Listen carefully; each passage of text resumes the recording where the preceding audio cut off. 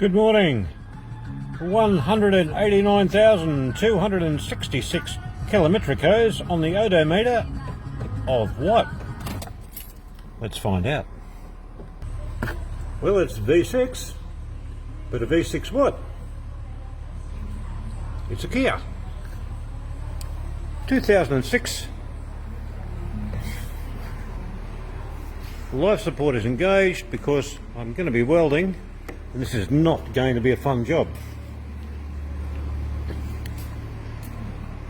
Kia Sorento, a tow vehicle, and it's got problems underneath. So when we hit that like, follow and review button, we can put it up and have a look. Up we go.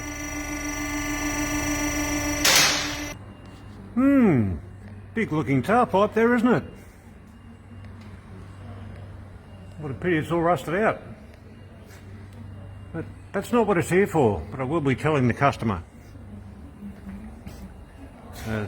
Getting little tiny failures at the spots of that muffler. Again, not what it's here for. What it's here for is that flexible bellows is leaking on the left-hand engine pipe. And so is the right one. Barrel of fun. Now these have 4 catalytic converters on them. One up there, and a secondary, and of course the same for the left. Judging by the condition of the studs, I'm going to have a barrel of fun trying to undo this. Absolutely will not be fun, because I have to put aftermarket flexes in there, make it all fit, so it'll be coming in and out a few times. Alright, well, as you can see, I have the left-hand pipe off the vehicle. Some oxyacetylene was required to undo some nuts. There are a 19mm crimped nut in a very nasty place.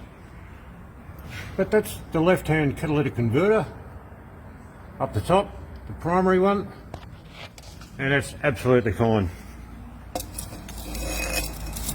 That's what's happened, broken down in there. Okay. Yes, words were invented. That is a zoomed in shot of the secondary catalytic converter on the left hand side, the trimming cat as such, also required by law. That's it up there. It's fine. Purely and solely the flex is the issue. There we go, we're all unzoomed again. So this phone's going to have another little bit of a rest, and I'll get into a bit more work, and I don't know if I'll show you pulled apart or just completed, but anyway, here we go. Okay, so here's the semi-interesting part about putting in a flex. You can't just chop it, put in, weld it. You can't. I've had to remove it from the vehicle to be able to cut around right close to the oxygen sensor port, which, oops, dropped the phone, is up there. And that flex was like this much, too short. You can't just stretch the system forward. There are 2 of them, and everything needs to sit in exactly the right spot. There's not really much room. So I've cut it, buffed it, reinstalled it, put this onto it and put an extension on. Now it's in position and got it up. I can tack weld this and then pull it off the car again to get all the way around it. I can't get a welder around that. You'd be kidding, wouldn't you? Alright, that's because the rotation that way can be wrong. You get a little bit of flex that way with the flex, but you're not going to get your rotation. And I want it done properly anyway. Of course the oxygen sensor was undone. Alright, this is the driver's side, and I've cut it out. Now I held it up before, and yep, same as the other one, that would have been just a little bit too short, so I need to make an adapter, and you'll see it on the other side in a moment.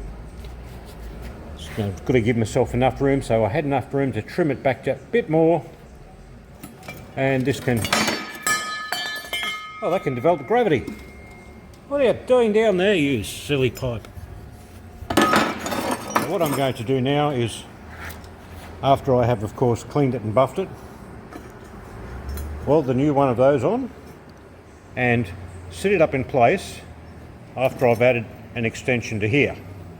And then if I put this one in, it'll either be the right length or I can just trim that back a little bit more to make it right.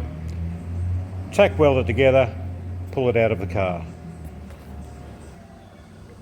Well, now that I have the left and the right up in place, ready to be tacked into the correct forward and back position, I'll do that, get a bit more weld on it, and then I can pull them back from the car, because these are joined here. Doing one at a time is an issue, so get them both sitting where they're very happy, tack weld them, a bit more welding on it, pull them from the car, complete the welding, back in after painting, oxygen sensors back on, job should be done. I'll see how we go. Okay, well, this is the left hand pipe which I have now completely welded after I pulled it off. The driver's side is already back on the car, just not tight because I want to be able to make it easy to get this in by moving things. If you want to do this yourself and you've got the equipment, great, I can supply these to you, but really important, when you go welding them on, put your earth clamp on the side that you're welding. You do not want to be welding there with the earth over there.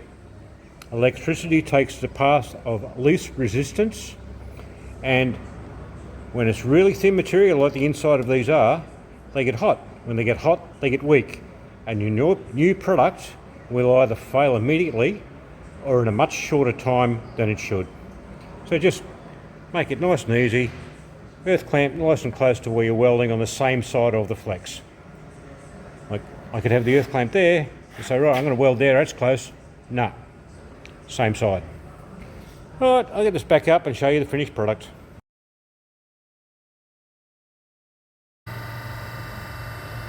So there we go, all up in place, all completed, welded, painted, everything all nice and firm, oxygen sensors back in place, clear of everything. Not a hard job, just no fun. To get those nuts off the catalytic converter and the flange, I had to use a 3-foot breaker bar and swing off them. It seems Hyundai and Kia, same factory, always want to over tighten everything, and they're 19mm nuts. I ended up having to use oxyacetylene to heat up one of the nuts, even with the breaker bar. Alright, 290 Albert Street, Maryborough. Here to help you where I can. Have a great day, legends.